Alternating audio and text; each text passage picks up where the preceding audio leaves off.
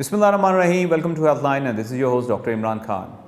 ناظرین، انسان سال کے مختلف مہینوں میں مختلف موسموں میں مختلف قسم کی بیماریوں کا شکار ہوتا ہے، اور اس میں بچے جو ہیں وہ ایک سافٹ ٹارگٹ ہونے کی حیثیت سے زیادہ ایٹ رسک ہوتے ہیں. آج ہم ہیلتھ لائن میں ڈسکس کریں گے کہ جو اپ کمنگ ویدر ہے اس میں کون کون سی ایسی بیماریاں ہیں جو کہ بچے جن سے ایکسپوز ہو سکتے ہیں اور ان سے بچا کس طرح سے جا سکتا ہے، اور ان کیس اگر کسی کو یہ بیماری لاحق ہو جائے تو کس طرح سے اس کا پھر سدباب کس طرح سے کیا جائے گا. آج کے پروگرام میں ہمارے ساتھ معروف جو پیڈیاٹریشین ہیں ڈاکٹر ارشد فاروق گورایا صاحب موجود ہیں. Sir, thank you very much for joining اس.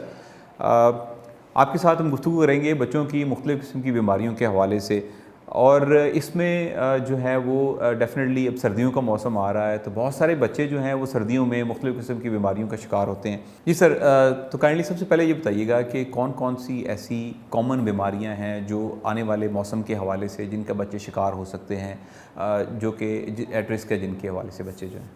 سب سے پہلے تو میں ممنون احسان ہوں برائٹ سٹار ٹی وی کا کہ جنہوں نے جاننے کی جستجو میں اور روشنیوں کے سفر میں مجھے اپنا ہم سفر بنایا، اور میں ان بچوں کے بارے میں بات کر سکوں جو کہ ہمارا آنے والا روشن مستقبل ہے.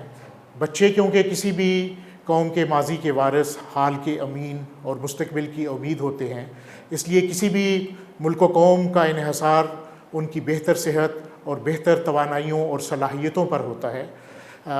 آنے والے موسم میں بچوں میں بے شمار صحت کے مسائل جنم لے سکتے ہیں، جس میں خاص طور پر آنے والے دنوں میں چونکہ بہت زیادہ وائرسز اور جراثیم فضا میں اور ہوا میں آ جاتے ہیں، اور بچے چونکہ ان کو آلریڈی ایکسپوز نہیں ہوتے، ان کا سامنا نہیں ہوتا، اس لیے ان میں کچھ بیماریاں نہایت شدت کے ساتھ حملہ آور ہو سکتی ہیں، جن میں سر فہرست نیمونیا ہے، برونکیولائٹس ہے جس میں سانس کی نالیوں کی سوزش ہو جاتی ہے.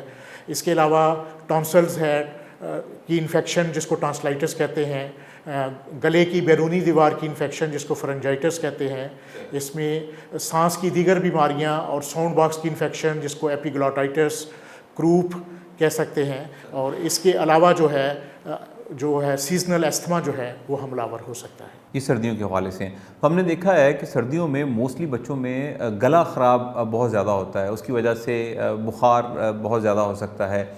تو اس کی کامن وجہ کیا ہے؟ وائرس کے کون سی ایسی چیز ہے جو وائرس کو پرووک کرتی ہے کہ وہ بچے پہ اٹیک کرے اور بچے کو جو ہے وہ شکار کر دے اس مرض کا؟ یہ جو بات کی آپ نے، اس کے شکار عموماً بچے 1 سال سے قبل یا 2 سال سے قبل ہوتے ہیں. تو اس کی وجوہات میں سے ایک تو یہ ہے کہ ابھی ان میں قوت مدافعت جو ہے وہ اتنی پروان نہیں چڑھتی، جس کی وجہ سے وہ ان امراض کا شکار ہوتے ہیں.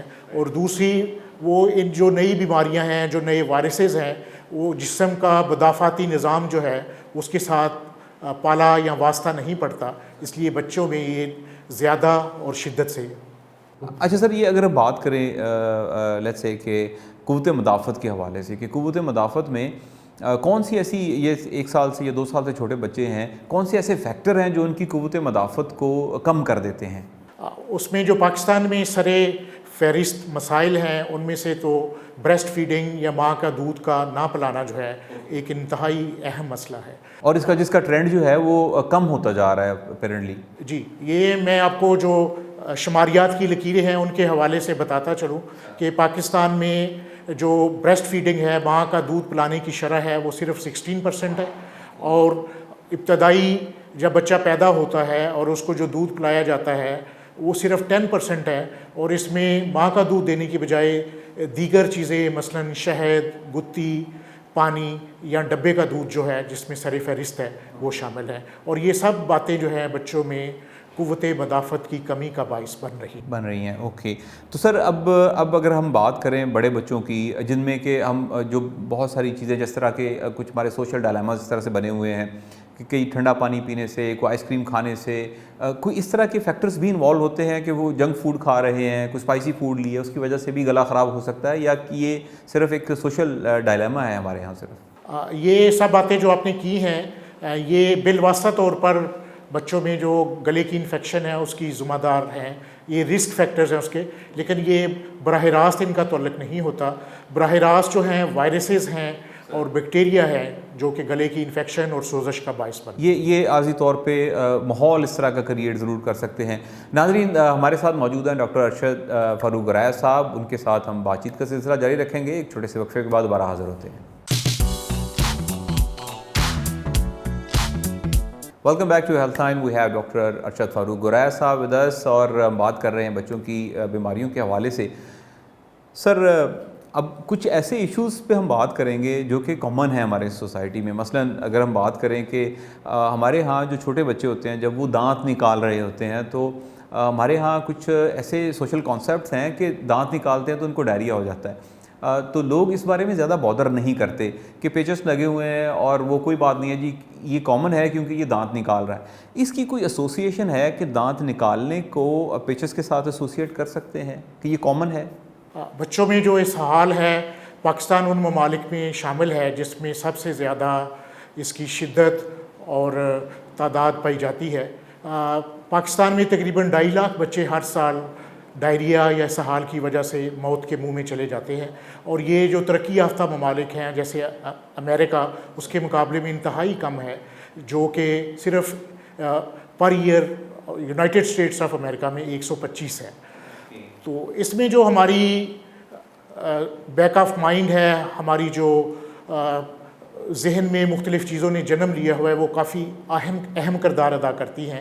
اس میں سب سے پہلے جو ہے بچوں میں چونکہ ماں کا دودھ نہیں دیا جاتا اور قوت مدافعت نہیں آتی. ہمارے ملک میں پانی جو ہے جو ہولسم واٹر ہے اس کی نہایت کمی ہے, اور آج کل ہمارے جو ہے ماحول اس میں ڈبے کا دودھ اور فیڈر جو ہے اس میں بہت اہم کردار ادا کر رہا ہے. لیکن جو بات آپ نے کی ہے اس کا کوئی واضح طور پر ثبوت نہیں ہے کہ وہ بچوں میں جو دانتوں کے مسائل ہیں وہ اسہال یا ڈائریا کی وجہ بنتے ہیں. سر اگر ہم اس حال پہ ہی فردر بات کریں کہ کون سی ایسی علامات ہیں جس پہ کہ اس حال میں جس طرح سے بچے کو پیچس وغیرہ لگے, کون سی ایسی علامات ہیں جن کے بعد پیرنٹس کو بچے کو ڈاکٹر کے پاس فوراً لے کے جانا چاہیے اور ہاسپٹلائز ضرور ہونا چاہیے, اور اس حال کے دوران کون کون سی ایسی چیزیں جن کا والدین کو لازمی خیال رکھنا چاہیے گھر پہ؟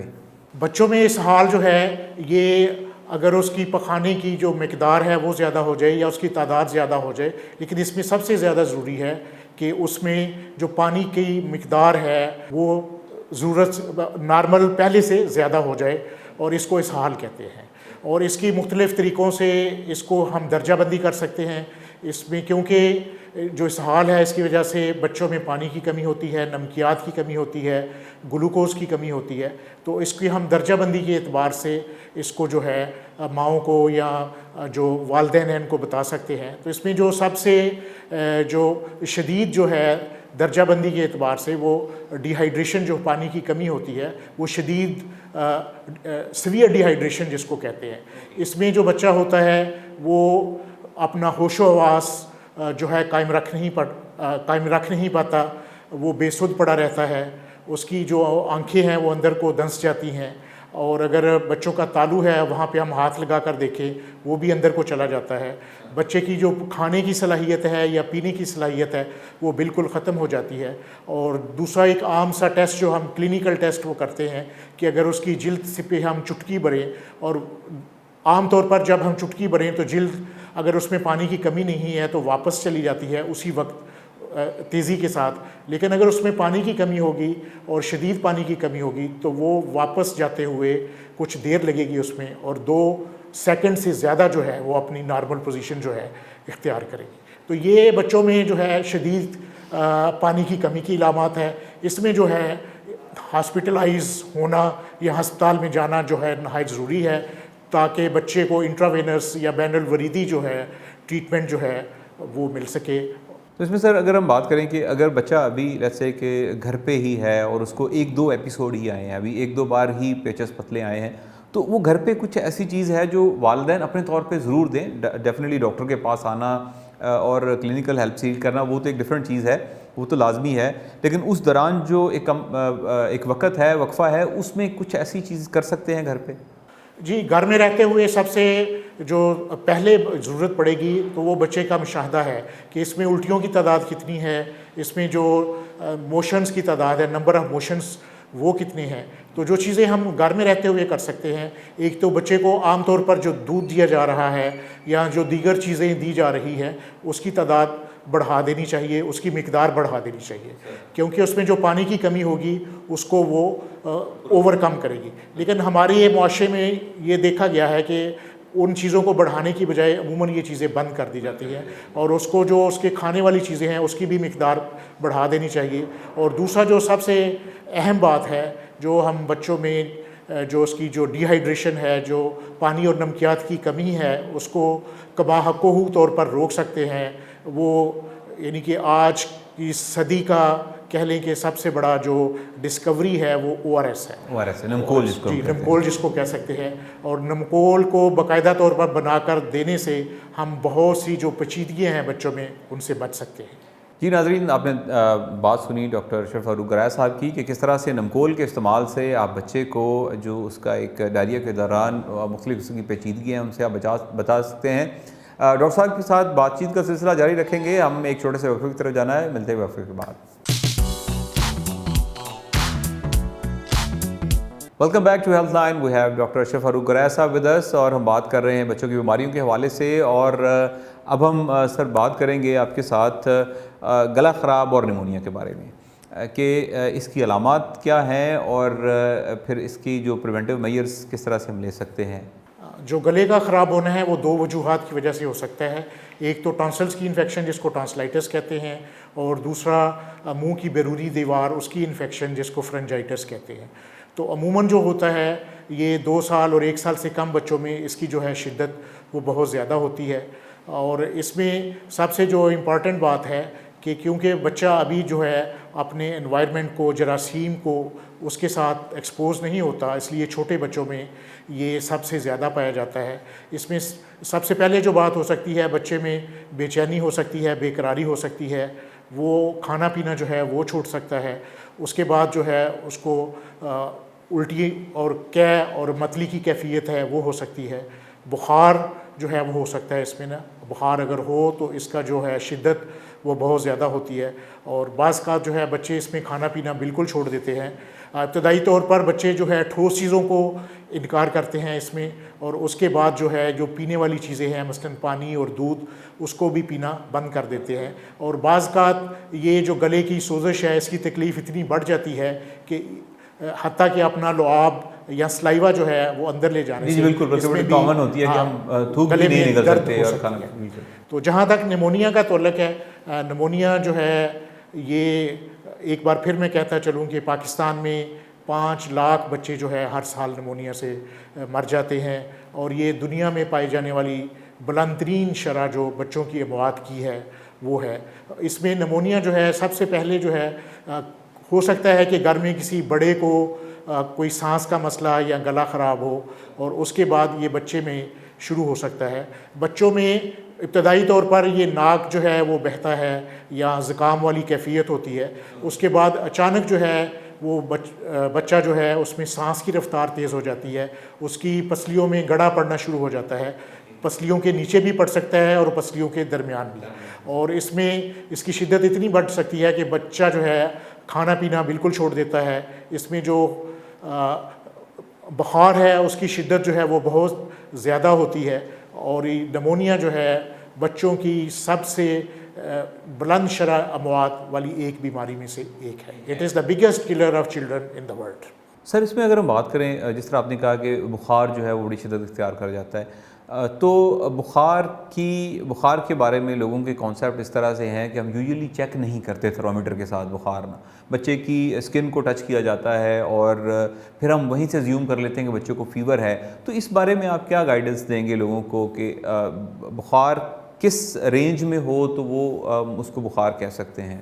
ہماری سوسائٹی میں بخار بھی ایک متھ کی حیثیت رکھتا ہے, اور بہت سے ایسے بچے جن میں بخار نہیں ہوتا ان کو صرف ماتھے میں ہاتھ لگانے سے یا جسم کو ٹچ کرنے سے ہم ازیوم کر لیتے ہیں کہ یہ بخار ہے. لیکن کسی بھی بخار والی کیفیت کو جو ہے وہ ڈاکومنٹ کرنا چاہیے اور پراپر تھرمامیٹر سے ریکارڈ کرنے کے بعد پھر آگے کی طرف دیکھنا چاہیے. بچوں میں اگر درجہ حرارت بغل میں رکھتے ہوئے 38.5 ڈگری سی یا اگر فارن ہیٹ میں ہم لیں تو 100 سے زیادہ ہو تو پھر ہم اس کو بخار کہیں گے. بخار کہیں گے. ادروائز صرف اپنے مشاہدہ اور تجربہ کی بنیاد پر بخار کو جی ڈیفینیٹلی ہو سکتا ہے آپ کے قرار نہیں ہاتھ دیا جا ٹھنڈے سکتا. ہوں اور بچے کی جو جلد ہے وہ نارمل ہو لیکن آپ کے ہاتھ ٹھنڈے ہوں. سر اس کے بعد اگر ہم بات کریں نمونیا کی تو نمونیا جس طرح آپ نے بتایا کہ بڑی خطرناک بیماری ہے اور اس پہ بھی وائرس کی وجہ سے اور بیکٹیریا کی وجہ سے دونوں وجہ سے ہو سکتی ہے. اس میں سردی کا کیا رول ہے؟ ہم یوزلی کہتے ہیں کہ سردیاں جو ہیں اس میں نمونیا جو ہے اس کی شرح بڑھ جاتی ہے, تو سردی کا کس طرح سے کنیکشن دیا جاتا ہے؟ جو نمونیا کی وجوہات ہیں وہ بہت ساری ہیں. اس میں بیکٹیریا ہو سکتے ہیں, اس میں وائرس ہو سکتے ہیں, اس میں ایسپریشن نمونیا ہو سکتا ہے جس میں کچھ چیزیں پانی یا خوراک کے اجزاء نالی میں چلے جائیں. اس کے علاوہ بچوں میں کچھ رسک فیکٹرز ہوتے ہیں جن کی وجہ سے نمونیا زیادہ ہوتا ہے. مثلا اس میں اگر کوئی پیدائشی نقائص موجود ہیں جیسے کہ کلیفٹ پیلٹ ہے یا دل کی بیماریاں ہیں تو اس میں جو نمونیا کا شرح ہے وہ بڑھ جاتی ہے. لیکن جو بڑی وجوہات ہیں بچوں میں نمونیا کی وہ ایک بیکٹیریا ہیں اور دوسرے وائرسز ہیں. جو پاکستان جیسے ترقی پذیر ممالک ہیں ان میں بیکٹیریل نمونیا زیادہ ہوتا ہے, اور جو ترقی یافتہ ممالک جیسے امریکہ یا دیگر یورپ اس میں جو ہے وہ وائرل نمونیا ہوتا ہے. اور اس میں کب جو ہے وہ ہمیں جو آپ سمجھیں کہ ڈاکٹر کے پاس ڈیفینیٹلی جو ہے وہ فیور ہو اگر اور کھانسی وغیرہ ہو تو ڈاکٹر کے ساتھ کب وین از اپروپریٹ ٹائم کہ ہم ڈاکٹر کے پاس لے کے جائیں؟ اس موسم میں چونکہ جراثیم جو وائرسز ہیں بیکٹیریا ہیں ان کی تعداد اور مقدار بہت زیادہ بڑھ جاتی ہے, اس لیے جو سرد موسم ہے یا موسم سرما ہے اس کے ساتھ نمونیا کا تعلق جوڑ دیا جاتا ہے. بچوں میں جو نمونیا ہے یہ انتہائی آسان طریقے سے جو ہے اس کو تشخیص کی جا سکتی ہے. اگر بچے میں سانس کی رفتار بہت زیادہ ہے, ویسے جو کٹ آف پوائنٹس ہیں ہمارے پاس, اگر کسی بچے میں جو 2 ماہ کی عمر تک اس کی سانس کی رفتار 60 سے زیادہ ہے اور اگر 2 ماہ سے لے کر 11 ماہ تک 50 سے زیادہ ہے اور اگر 11 ماہ سے لے کر 5 سال تک 40 سے زیادہ ہے اور اس کی چھاتی میں گڑھا پڑ رہا ہے پسلیوں کے نیچے, تو یہ نمونیا کی سب سے بڑی علامت ہے. سب سے بڑی علامات ہے. اس کی کوئی ویکسین سر ہے اویلیبل نمونیا کے حوالے سے اگر ہم بات کریں تو؟ نمونیا سے بچاؤ کے لیے بے شمار ویکسین جو ہیں اویلیبل ہیں, اور خوش قسمتی سے وہ پاکستان کے جو EPI پروگرام ہے, جو ویکسین کا پروگرام ہے, اس میں بھی شامل ہیں, اور وہ انتہائی زود اثر اور ان کے بالکل جو ہے آپ کو وہاں کے جو سینٹرز ہیں وہ وہاں پہ لگ جاتی ہیں, اور ان کے جو نتائج ہیں وہ نہایت کارآمد, اور ان کی جو اثر پذیری ہے وہ 90% سے زیادہ ہے. اس میں اسٹریپٹوکوکس نمونیائی جو ہے بیکٹیریا ہے اس کے اگینسٹ جو ہے ہمیں اویلیبل ہے ویکسین جو ہے. ایچ انفلوئنزی ایک اور بیکٹیریا ہے جو نمونیا کی کاز وجہ بنتا ہے, وہ اویلیبل ہے.